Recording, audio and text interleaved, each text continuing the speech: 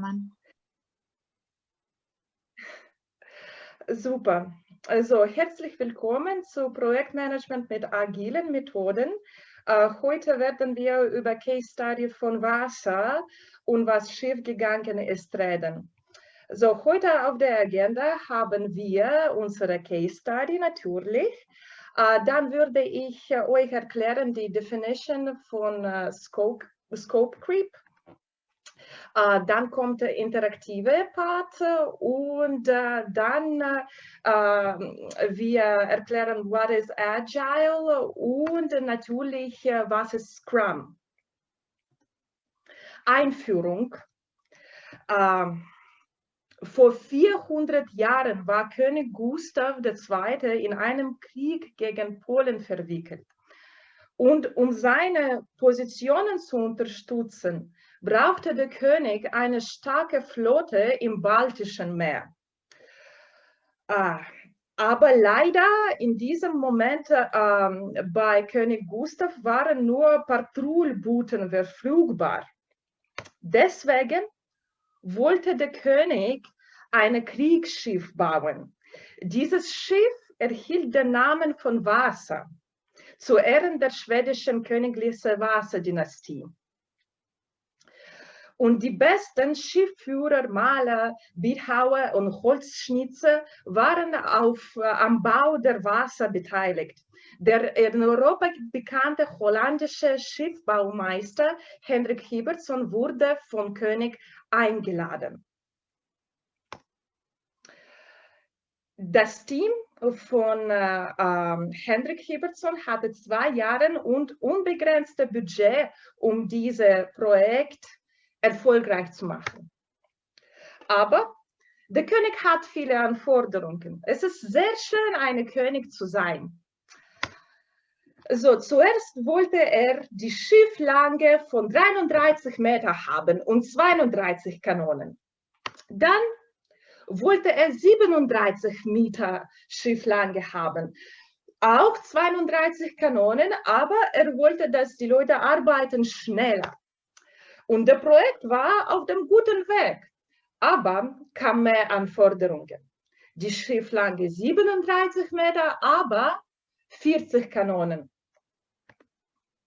Und dann der König Gustav II. Hat gesehen, dass bei den dänischen Leuten gibt es die Doppelkanonendecke-Kriegsschiffe und er hat zu Meister Hendrik gesagt, dass er will auch sowas haben. Und leider, Projektleiter Hendrik Hibbertsson ist gestorben wegen Herzattack nach all diesen Anforderungen. Deswegen musste der Hendriks Assistent das Projekt übernehmen. Und 400 Leute haben daran gearbeitet. Das war die einzige von den teuersten Projekten in schwedischer Geschichte. Und kam natürlich die neuen Anforderungen, 64 Kanonen und auch natürlich Dekoration wollte der König haben, 700 extra Figuren. Und natürlich keine Zeit oder Fähigkeiten, weil der Projektleiter gestorben ist, für Stabilitätstest. So, und dann am August 10. 1628 war eine große Party geplant, nach nur 2,5 Jahren später. Die Gäste waren eingeladen, die Diplomaten, das Feuerwerk war geplant und ungefähr 150 Leute waren auf dem Schiff. Und 15 Minuten später blies der Wind von der anderen Seite und zusammen mit den Kanonen kippte und drehte das Schiff. Also der Wind hat das Schiff gedreht und das Schiff begann schnell zu sinken. 15 Minuten später und nur 120 Meter im Meer, die teuerste Projekt der schwedischen Geschichte, war tot und auch leider 53 Menschen sind gestorben an diesem Tag. Meine Frage wäre, wieso ist es passiert? In Projektmanagement, wir nennen diese Phänomene Scope Creep. Scope Creep, und hier würde ich auf Englisch anfangen zu reden. Scope Creep describes a situation in a project when requirements constantly change. For example, when a product is supposed to have 3 features, just like our ship, for example, in the very beginning had a certain number of Kanonen on the deck. But then the number of required features is extended, constantly extended to 10 or to 20. And from project management perspective, this leads to constant need for priority reevaluation and resource redistribution. Once execution and planning clash, a project reaches its scope and falls apart, like the misfortunate Wasa ship did, or how Mr. Potato to the right. Here, I would like to ask you a question. What do you think the team of König Gustav could do better to manage this project? Could you please follow the link I gave you in the chat and write in Miro the notes about what do you think they could have done better?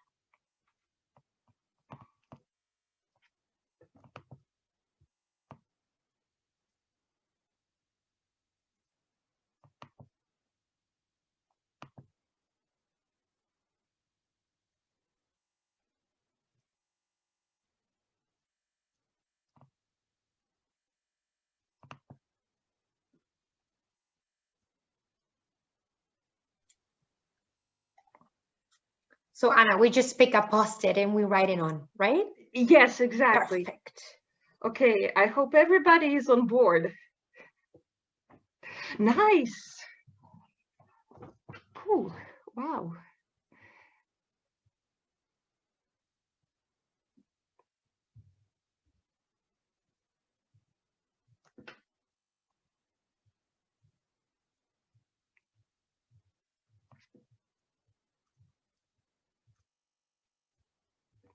Okay, I'm going to give you 3 minutes to do that, and then we're going to check out the results.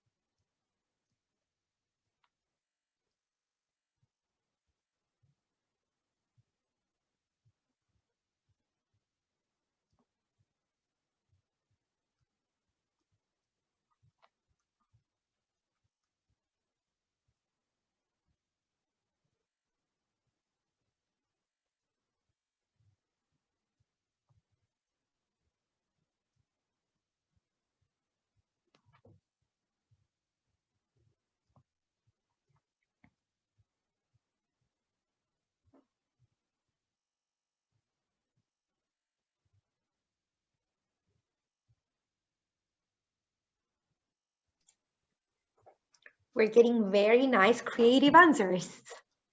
Yeah, that's pretty awesome. I'm gonna share the link again on the chat because I think some people don't have it.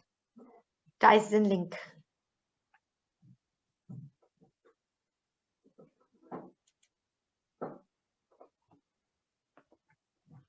Okay, 1 more minute.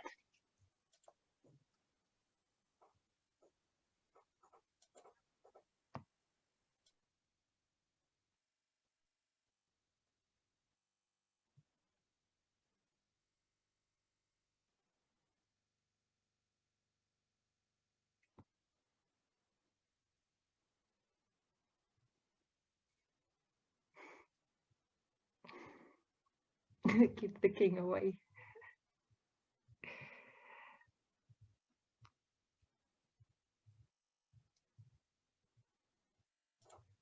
Anna, I'm just gonna share my screen very quick. Yeah, of course. So the ones not participating can see what's happening. That's a good idea.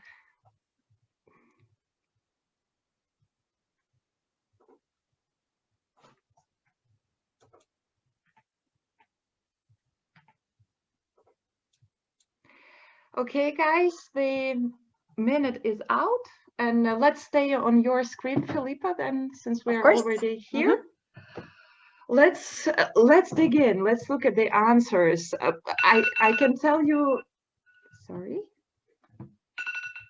I can tell you right away that my favorite one is keep the king away.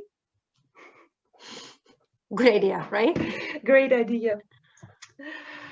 And I can see that there are a lot of answers that are similar. My favorite ones are Priorisierung der Anforderungen, of course. And there are a lot of comments about setting the priorities right and keeping it simple. Also getting the expert opinion, of course, and making effort to test actually the ship before placing it on the journey, and freeze requirements early. Yeah, this can be done. However, we are agile, so we welcome the changes in requirements whenever, at any stage of the project. But what I want to tell you is that use agile instead of classic project management. Yeah, exactly. But let's not forget that people back to the 1700s, unfortunately, didn't have all these wonderful agile methodologies that we have today. And it's time for me to share my screen and take you to the next part. All yours. Thanks. Yep. And here we are going again. So thank you very much for participating in the interactive part. I hope you all liked it. And why I did this is because I really wanted to see what you think, but also I already had a feeling that a lot of answers are going to be concerning the method that King, his team has chosen to carry out the project. And as I said, if this project was agile, probably it would not fail. And even perhaps we would still have this ship functioning up until today. So what is agile? According to the definition from Oxford Dictionary, agile is ability to move quickly and easily, or to think in an intelligent way and quickly as well. Agile is a philosophy, at least for me, it's a philosophy that can be applied to a variety of cases depending on their complexity and tendency to evolve. Agile is development and process oriented. Agile approach does not suit every project, but it does suit a project that has a lot of requirements, time pressure, and as well that the product or project is alive, which means that constant changes are necessary all the time to keep the project afloat. For that, we have agile frameworks. There are around 50 agile frameworks, and framework is a specific approach based on agile philosophy. Agile philosophy is described in the Agile Manifesto that one can easily find online. And it has 12 principles and 4 rules. We have people and interactions over any tools or products. We have So we have the product, customer in the center of it all, and also a team and people in the center of it all. We don't want to care about too much about documentation when we need to care more about how the team works and if the customer is happy, of course. So among the most popular agile frameworks, I can name Scrum, Kanban, Scrumban, developers and operations, design thinking, and agile project management. Introduction to Scrum. We in Agile, we just love a lot of values. So as you can see, Scrum has its own values as well. And it is a framework for developing and delivering sustaining complex products. Scrum, as the developers of Scrum told once, is relatively easy to understand, but very difficult to master.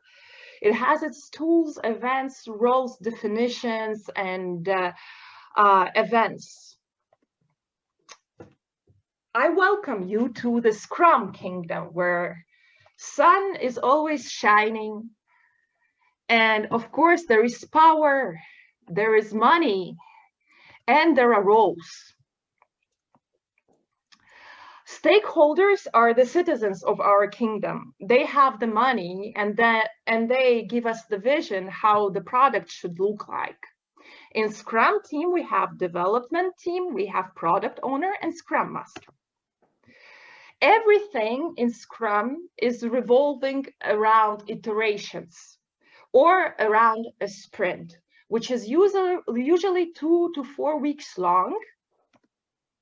And the goal of the sprint is to deliver an increment to the product. Scrum has its artifacts, such as product backlog, where we have all user stories, and sprint backlog, where we track the performance of the team during the sprint. So the stakeholders give us the vision of the product. Then the product owner, together with the team, is creating user stories, or also known as features, or also known as requirements, and take care of the product backlog. I prioritize it, of course. Then comes the turn of sprint planning session, which can last up to 8 hours, depending on the sprint's duration. Here, I would also like to present to you definition of done. Definition of done helps us to understand when actually a user story, a requirement is done. What needs to be done for us to say that this requirement is according to our needs?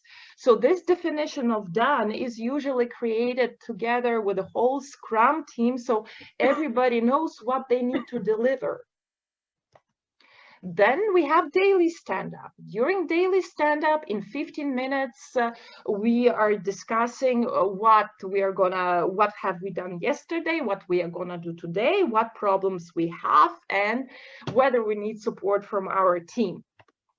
Then we have sprint review. For sprint review, we have measuring tools such as burn down chart or velocity chart, which help us to evaluate teams' performance and plan afterwards better, because with these tools we can measure teams' velocity, which means we can understand how many user stories per day our team can complete.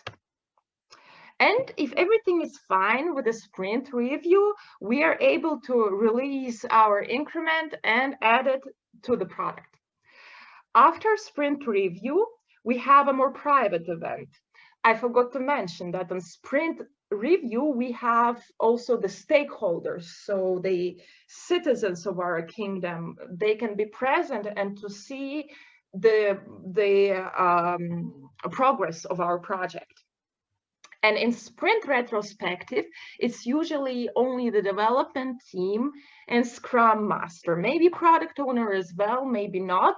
But here it's more of a team building activity where we discuss what was good, what was bad during the sprint, and what we can do better, and what we need to talk about to our stakeholders, for example. After that, the whole Scrum process repeats itself again. So the goal of each iteration of each sprint is to deliver an increment. So what is an increment? Increment, also known as PSPI, is a potentially shippable product increment.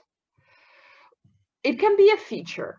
For example, it can be, in case of Wasa, a new feature would be maybe adding some extra sails for stability, or adding some extra sails for speed, and so on. So when we talk about more modern examples, an increment can be like a drop-down list that we created for our website, and now we can add it actually to our website, thus making the product that we have more complete.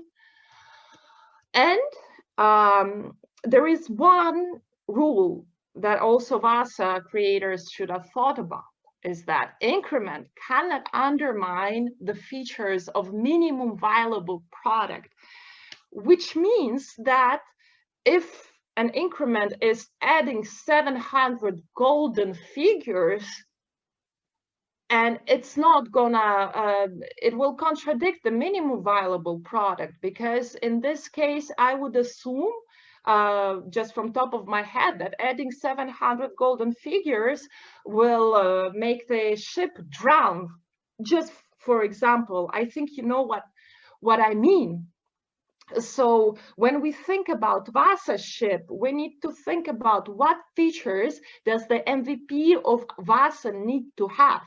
It needs to be able to swim, it needs to be able to attack, and it needs to be able to protect. So each time when we have an increment that will like undermine those three qualities that we have. Of course, there are more, but these are so basic. So each increment should have followed this rule and made sure that the basic functions of ship are gonna be still there, even though 700 figures, golden figures are on board. So with that, I hope I made it all more clear to you what is agile and how we can implement it in our world even 2 centuries ago. Thank you so much for being here with me today, for bearing with my German and English as well. And please, I open the floor to you. It's time for questions and answers and your impressions. Yeah, it's all yours now. Thank you.